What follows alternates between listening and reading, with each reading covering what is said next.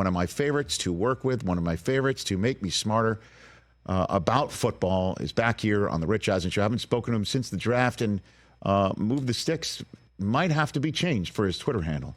He is Daniel Jeremiah. How you doing, DJ? I was doing great until you just reminded me of that. I haven't workshopped that yet. Maybe that's something you and the guys could help me with. But yeah, I'm going to be a little outdated with that one. I got to be honest with you, DJ. You know, we still have sticks. The sticks are there. You know, they're just going to be backup. I think you just stay. You're just old school. Okay. I think you just stick with being old school, DJ. That's it. I think we should do that. No, I mean, maybe back in the day there was a radio show that covered basketball called The Picket Fence, and they didn't bail. They stuck with it, and I'm going to do the same thing. Attaboy. Sponsored by Dentine. I'm sure Dentine Gum sponsored that. So let's jump into it. You know, like your ear is right on the ground, and, you know, now everybody's on vacation, so everyone's gone underground. But your ear to the ground, hearing about what Jim Harbaugh's done in his first 2 months as the HC of the LAC is what? I would say 100% buy-in, which was, to me, the most important thing they had to accomplish this offseason. It wasn't about learning a new offense or defense. It wasn't about integrating, rookies and free agents. To me, it was about whether all the veterans in the core that they still have on this team, if they bought into the vision and the plan of Jim Harbaugh. And everything that I've been told is that it's not like begrudgingly being pulled along. It's like they are excited about it. They're all in with it. They all got their certificates, Rich, saying that they made it through the offseason program signed by the head coach. And they're in. So that to me is the most important factor. Now, roster-wise, I mean, there's still some things, some areas that they need to, continue to add over the next couple of years. But I do think you are going to see a much more physical team. I think you're going to see a lot of buy-in. And I think with Minner and that defense, I think there's talent up front. And I think the sum is going to be greater than the overall parts just by how hard they play. All right, so I've got to follow up. Did he really give actual certificates to players signifying that they were done with the spring off-season workout program? DJ? Yeah, I saw it. I saw that one posted, I believe, on Instagram. I don't know if it was Derwin or somebody showed their certificate that said, congratulations. Like you'd get something if you finished preschool signed by the teacher. It was signed by Jim Harbaugh on the certificate. Is that not incredible? Well, I mean, it's a very Jim thing to do. I mean, and you're saying there's no eye rolling, there's no nothing. No, that's what I was curious about. I was going to say, okay, you got a lot of these guys have been a decade in the league and established star players, and everything I got was attendance was outstanding, and the buy-in. They do things at the end of practice every day, conditioning wise. They're kind of like their overtime period where they're pulling weight and pulling sleds and things, and of course Jim's hopping right in there with them, doing it. And everything I got was no, they trust in him, they believe in him, and there's total buy-in. So then I guess the follow-up question for you, Daniel Jeremiah, is the question that I think I'm hearing the most from everybody in regards to the Chargers. It's but who's going to catch the ball? Who is Justin Herbert going to throw to? What is this offense going to look like? I give the floor to you on that one. Well, I think it's going to be a collection of guys. So I do think Josh Palmer, when he's been out there on the field and when they've missed, Keenan Allen and Mike Williams, who those guys have been unbelievable players, but they've missed some time over the years. Josh did a really good job of stepping in there and playing well and really established himself as their third guy, who was having to play that one or two role for a good chunk of his early career. So I think he's going to be a really solid player. Ladd McConkey, the rookie second-round pick, was a first-round talent in a loaded wide receiver draft. Returns have been really good on him. Getting him in the mix. And look, it's the off season. Everybody's gonna hear about players that maybe didn't play as well last year. That hey, the lights come on. They've flipped the switch. You're seeing that growth. But you are hearing those stories about Quentin Johnston, that he's got some confidence back. Their first-round pick from TCU from the prior year, who had a couple drops last year. So you've got those three. Then you've got the tight ends. Hayden Hurst, a good player who the coaching staff is familiar with. That's one of the things that's fascinating when you have the connection to Baltimore that they do. Obviously, you know about Jim and John, but Greg Roman coming from there, and you bring in guys who have experience in that program, which is going to be very similar here.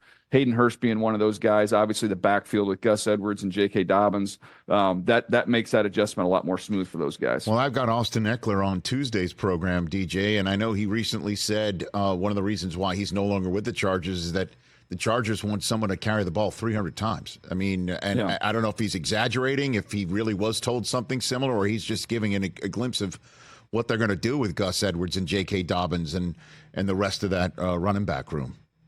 Yeah, Kamani Vidal as well, the rookie that they took, who, by the way, every time his name pops in my head, I think of Vidal Sassoon. I don't even know if that's still a thing. Is that still a product that exists? Would you care to Google that? Obviously, I'm probably asking the wrong guy on that one. And I just asked another bald man to Google whether Vidal Sassoon. We don't look good. That's understood. Do me a favor. Google. Is Vidal Sassoon still just a thing? Google it, and then at the same time, check out to see if there's any Jordache jeans for sale as well, if you don't mind. DJ wants to know. Yeah, please. Strong position in the Chinese market, Vidal Sassoon. There you go. Yeah. Still going. It's still going strong. Yep. So then. That's fantastic. That's fantastic. No, but I think Austin, I don't think he's telling anything out of school there. I don't think there's anything that he's misrepresenting. I think that's probably right. They wanted, maybe some more physical, bigger backs. And Austin, who's been as productive as anyone at his position, really since he's been in the league, does it in a little different way. He does it in catching the ball out of the backfield. He can do a lot of damage in 10 to 15 touches, whereas they want to commit to the run game. They're going to be running downhill a lot. So, a pounding back. If you go back and look at Jim's history, for the guys he had at Stanford, you look at how they ran it. His favorite player, he's always said, was Frank Gore there with the Niners. And now you go to Michigan, and that's just the style that they play. So I think you'll see that with the backs that they have. And then they got to find somebody they can throw the ball to out of the backfield a little bit. And maybe that's Vidal Sassoon there on third down. Daniel Jeremiah here on the Rich Eisen Show. Ear to the ground. Who's the team that everybody's talking about to have a breakout 2024, do you think? This is why I know that that we've known each other for a long time, because I only wrote down like one thing on my paper, and it was, who are the teams that Rich is going to ask me that are going to come up from last year. So I wrote down 5, Rich. So this is how I spin it around on you.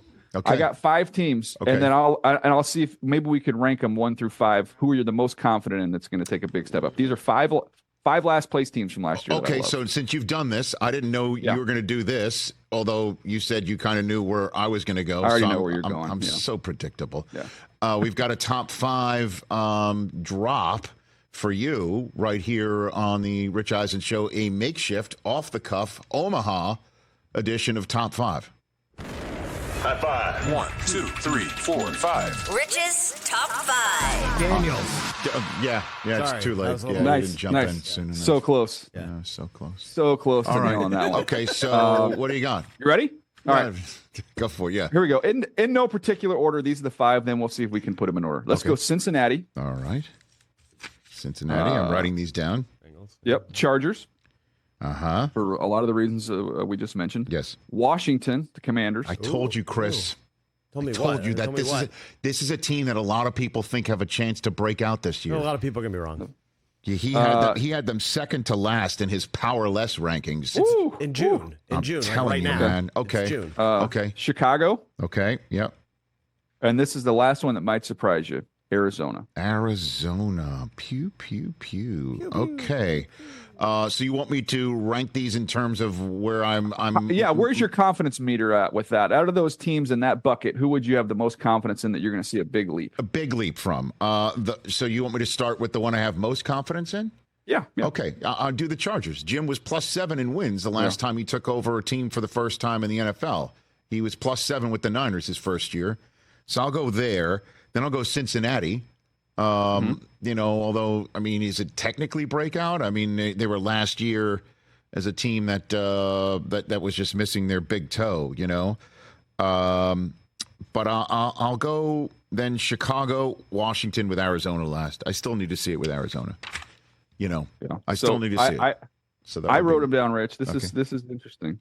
So, and some of it's probably because I don't need the heat for being a homer, as someone who's called the Charger games. So I had the Chargers at 2, I had the Bengals at 1, and I had everybody else in the exact same order. Same position. Yeah, I mean, yeah. I do like what Chicago's done to surround Caleb in his first year. I do like that a lot. And man, Washington, in my estimation, I was talking about it again the other day when Chris had them 31st on his ranking of the top teams, or the bottom 10. He had them second to last. And Jaden Daniels, I can't wait to see what he looks like. But I mean, Terry McLaurin, Eckler, Brian Robinson Jr., Jahan Dotson, Cliff Kingsbury dialing it up. They have weapons there, man. They can really light it up, potentially. Yeah, they've got some weapons there. Offensive line wise, they've got bodies to fill all those holes. That's my one. Let's wait and see. I do have some reservations there. Let's see what that offensive line looks like. But the other side of it, Rich, and this is not even player driven, more coach driven. When was the last time you saw a Dan Quinn defense that didn't punch above its weight, that the sum is not greater than the parts, that they're not going to be playing with the hair on fire, playing so hard, and really squeezing every drop of talent they can out of that group? I think he's going to get more out of that defense than people are expecting. Now, I know that, and Bobby Wagner's there now, obviously, and I know that was a rhetorical question, and TJ Jefferson's going to think I'm taking a shot at him. The last time I saw that out of a Dan Quinn defense was the last game he coordinated for the Dallas Cowboys, to be very honest with you. And so that said, I do like that you've put Washington on this list here. What do you think of the Texans hype right now, Daniel? Well, I mean, yeah, they've shown it already. So my thing is, the scary part about the Texans is Tank Dell stays healthy. If you can get him through a full 17, and now you incorporate Stephon Diggs, and you just get a normal jump, from year 1 to year 2 with CJ Stroud, and then okay, we've got a chance. We talk about a top 3 offense in the NFL. They've got that type of capabilities. I mean, I don't know if we give enough hyper attention to what the guy on the screen did last year, but that was incredible what Stroud did. And I thought the way that they broke him in was so smart, where they came out, overdid it a little the first 2 games, pulled the reins back for a handful of weeks, let him get his feet underneath him, let him get comfortable. And then it was just a rocket ship the way he took off and the way he was attacking defenses. So if they get, they start at that point this year where they left off, I don't see why this couldn't be, one of the really best offenses in the NFL. And then they have so many young pieces on defense with a couple potential stars. Stingley was awesome last year. Obviously, Will Anderson, we know what he is already established himself. They've got some real intriguing parts and intriguing pieces. I think that division, though, if you were going to look at it, this is another topic we could do at some point in time. Sure. But if you were going to look at what divisions have the kind of mano-a-mano set up for a decade, like there are 2 teams that you look at and say these teams are going to be battling and going at each other for the next decade.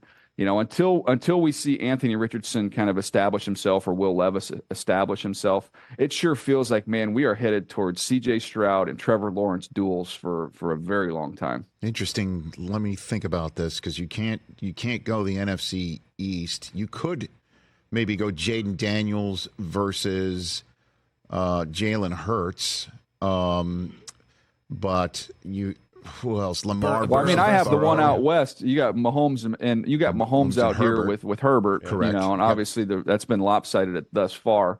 But that's something that you're just like, okay, we're going to see these 2 quarterbacks paired up together, and it's going to roll for quite some time. I think right now we'd have to say Josh Allen and Tua, provided that Tua contract gets done as we expect it would. But I mean, those guys are going to be playing each other forever. How about this one? Bryce Young versus Michael Penix Jr. How about that one? There we go. Nice. Who's older between those 2, by the way? I had my top 5 list last week on the last day of spring, the wildest stories of the spring. And number 1 was Michael Penix being drafted where he was. Wow. And that also included Shohei Ohtani's interpreter going rogue, and Scotty Scheffler being arrested on the second day of the PGA Championship, just trying to gain access to the club. I still can't believe it, man. And I'm just wondering what you're hearing now, just 2 months later. Daniel, what are you hearing about this?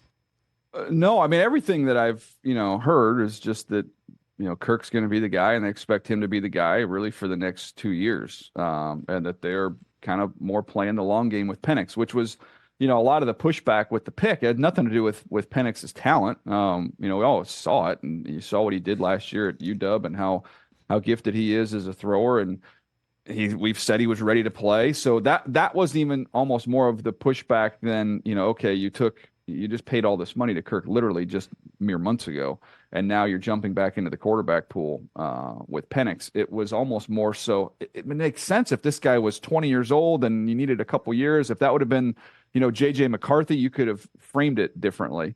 But the fact that we viewed Penix as kind of ready to go, ready to get out in the field, and now we're talking about that timeline being pushed back a couple years, I think that's where the shock factor came in. I set the line at 2.5. Daniel Jeremiah, number of rookie quarterbacks starting in week 1. You take the over or the under. Line 2.5. Daniel Jeremiah. Well, I know the 2, so picks 1 and 2 will be out there. That's where 1. I set the line. Where it is, Daniel. That's why you're smart. That's why you're smart. I think Sam Darnold holds off JJ. Okay. At least for a while there. Mm-hmm. I think Cousins is ready to go, and he holds off Penix. I'll say that Bo Nix captures that job. So I'm gonna say the over the 2.5. So Bo Nix captures the job. Yeah. And Drake May plays when? I think we'll see Drake May middle of the season. I could see that 6 to 8 weeks of him getting a chance to absorb and learn and watch, and then eventually he'll get out there. What's so funny about the off-season stuff and the reports is that it's like whatever you do in the first practice, it's like everybody latches on to that as the focus and the narrative. And then that's the scream, right? Yes. So the scream is he struggled in 7-on-7 in the first practice. And then you got to read in the notes in the bottom of the practice reports once you get to the end of it. And it's like, oh, he was 7 for 7, 3 touchdowns. It's like, that's the whisper. But when you and I'm sure Brockman's reading this stuff every day. Like when you're following this, it's like, I think he got better, but it's not being, said with their chest, so to speak. Well, I mean, you look at the Patriots schedule and not great. The start is really brutal. So it would make sense to not throw Drake May in the deep end at Cincinnati, home for Mike McDonald's Seahawks, at the Jets on a short week Thursday night, at the 49ers, home for the Dolphins and Texans. They're in London against Jacksonville in Wembley, which technically is Jacksonville's home away from home for the Jets again. And then there's a week 9 game at Tennessee. It's just like, where do you throw them in? Like when do you do that? Yeah, right after the bye. Well, I mean, they're bye, if you will, based on the general sense of things halfway through the season. So at some point you got to throw them in, right? One would think. You don't have to. Yeah. I mean, look, he's going to play this year. He's going to start games this year. It's just kind of where that falls. And a lot of times we sit here in the offseason and try and figure out, is it before the bye? Do you want him to go, play a game or two, then get a chance to use the bye to kind of learn and figure out what you like, what you don't like, where you need to improve, or do you want to wait till you get to the bye? Then he goes, at the end of the day, the probably, most likely scenario is it's whenever the guy in front of him gets hurt. Whenever Jacoby Brissett's going to miss a start, and then we'll see if what he does filling in, if he earns himself the job at that point in time. Usually, there's a good chance that's the way that thing goes down. Right. Okay. And the rookie receiver, you think that's set up for most success? Not named Marvin Harrison Jr. Let's leave that one out, unless you want to include him in there. So go for it. No, and that's one of the reasons why, honestly, I had Arizona on there, is because I'm like, I don't know who gets more juice to their offense than having a healthy Kyler Murray, who, for all the tape clause and all that stuff, he is very talented. And when he's been out there, he's made them a very competitive team. And now he's never had a guy like this. So I think that infusion of offense there is what gives me some hope there. I think that, look, Gannon did a great job with what he had on defense last year. They've added so many young players. I think those guys have a really good coaching staff. So I think those guys develop and get better. So I am bullish on Arizona, and Harrison's is a big reason for that. But I mean, I don't know if anybody's in a better spot than Odunze. I mean, he's going into a place where he'd already been throwing with Caleb, prior to the draft. He's going into a place where he's going to see nothing but free access based off the attention and the coverage going to the two established veterans they have, with the two studs they have with Keenan Allen on one side and DJ Moore on the other. So I think he's set up to have a really nice year. I know he said he was going after his old buddy Puka Nakua's numbers. I don't think he's going to get those. But I do think he's set up to have a really nice year. And maybe more so when you look at statistically, touchdowns. I think when you get down into the red zone, I think that's where you're going to see a Dunze really, really shine. So we said it in the run up to the draft, Rich. I told you a million times he was my favorite player in the entire draft, and I actually love the fit that he landed in. Well, I mean, what about Ricky Pearsall? The name we keep on hearing a lot of because of the contract situation with Brandon Ayuk, and where that may be headed. I know the kid's really talented. And he's on a very talented team. But I throw that name out there just to unpack a lot of the late first round, early second. That includes Keon Coleman in the mix. DJ. Yeah, no, well, Keon Coleman's already established himself as a media star. That's for sure. He gave you some off-season content. Tip your cap to him. Right. Pearsall is such a pure route runner, and I think that's one of the things that they've tried to address with. Okay, now they're looking beyond, winning their division, getting to the playoffs. What's the missing pieces we need to win a Super Bowl against the type of teams we're going to have to play? Where usually when you get deep into the tournament, you've got teams that can match up with you and go nose to nose and play man to man, and it limits your scheme a little bit. It's going to be a little bit more about just pure execution and who can win one-on-one battles. And Debo is an unbelievable athlete, and he's so physical and so strong and so tough after the catch. He's not a super precise, clean route runner. What Pearsall is, he's a man beater. He can separate. He's a polished route runner. That's what Ayuk is as well. That's why, to me, it didn't. If you're looking at winning a championship, I would think you'd want, in addition to Ayuk, not someone to come in and replace Ayuk, because that would give them two guys who would be excellent against the type of man coverage. For sure, you're going to see it if you see Kansas City again. With the secondary that they have, they're going to challenge you that way. So that's why I thought that pick made sense for them, because of not the position he played, but the style in which he played and what they need to really get over that last little hurdle. All right, two more quarterback questions for you, then I'll let you go on your Monday. First one up, a quarterback in a new place that you think is going to have the most success. Switch teams in a new place, going to have the most success. How do we go against Cousins? I mean, when you have two things you're looking at, well, the production and the ability and the track record of the quarterback, check those boxes. He's been very consistent. Obviously he's coming off the Achilles. But then you look at the infrastructure they have there in Atlanta. You've got a solid offensive line. He's got weapons, behind him, as well as out in the formation, at splitting Pitts out, the ability with Drake London to do what he does. He's just got a lot to work with. And we've seen a very, consistent version of Kirk Cousins for quite some time now. And it's an offense he knows, he's familiar with. I don't think there's much of an adjustment there. And I don't think, from the Achilles standpoint, this is not somebody who's going to be running around a ton. So if they can protect him, I think, Kirk Cousins has a good year, and I think they've got a really good shot of winning that division. Well, I guess the other option would be the lean and mean Russ Wilson, who might be out of options to starting quarterback in the NFL if things don't work out for Pittsburgh, which does appear to be loaded for bear for the season. I'm really pleased with what I've heard coming out of there with Russ. And I know there was a lot of talk about him and Fields. It's Russell Wilson's gig, and everything I've told, they've been impressed with how he's thrown with anticipation. The dedication and the work ethic, was described to me as something that's been off the charts. Like, he's there all the time. He's really worked to get to know his teammates and to develop those relationships. I mean, they're really bullish on him. Now, when I look at it from the outside, Rich, I love George Pickens. I think Roman Wilson's there as well. They would the second round with him, with your Michigan guy. Yep.